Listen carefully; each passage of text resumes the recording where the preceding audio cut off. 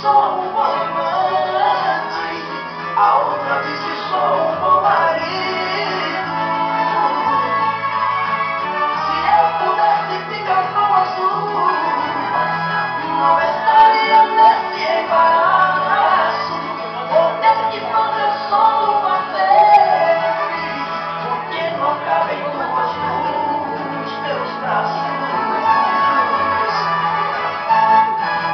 Aí, nossa primeira atração Quem é o Pegão? do nosso programa, Gabriel Souza. E aí, Gabriel, tudo bem? Ô menino lindo, ô menino lindo. Tudo bem, menino? Você que é cá? Tudo Beleza? bem, fazia tempo que você não aparecia aqui no meu programa. E como vão indo as coisas? Tá tudo beleza. Eu costumo falar que tá melhor do que frango assado, né?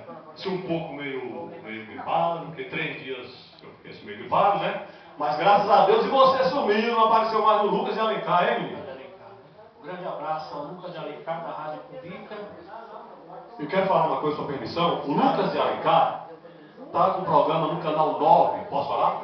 Você é convidado. No canal 9 da NET.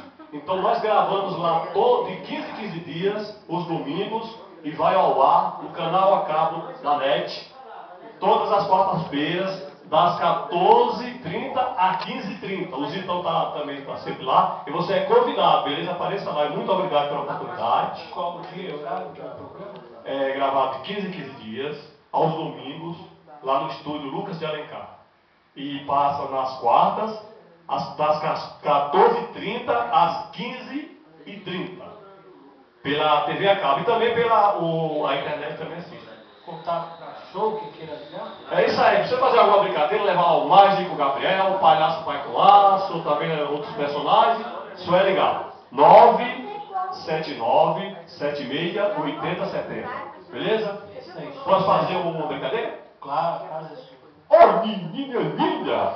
Obrigado, gente, muito obrigado, valeu! Grande amigo.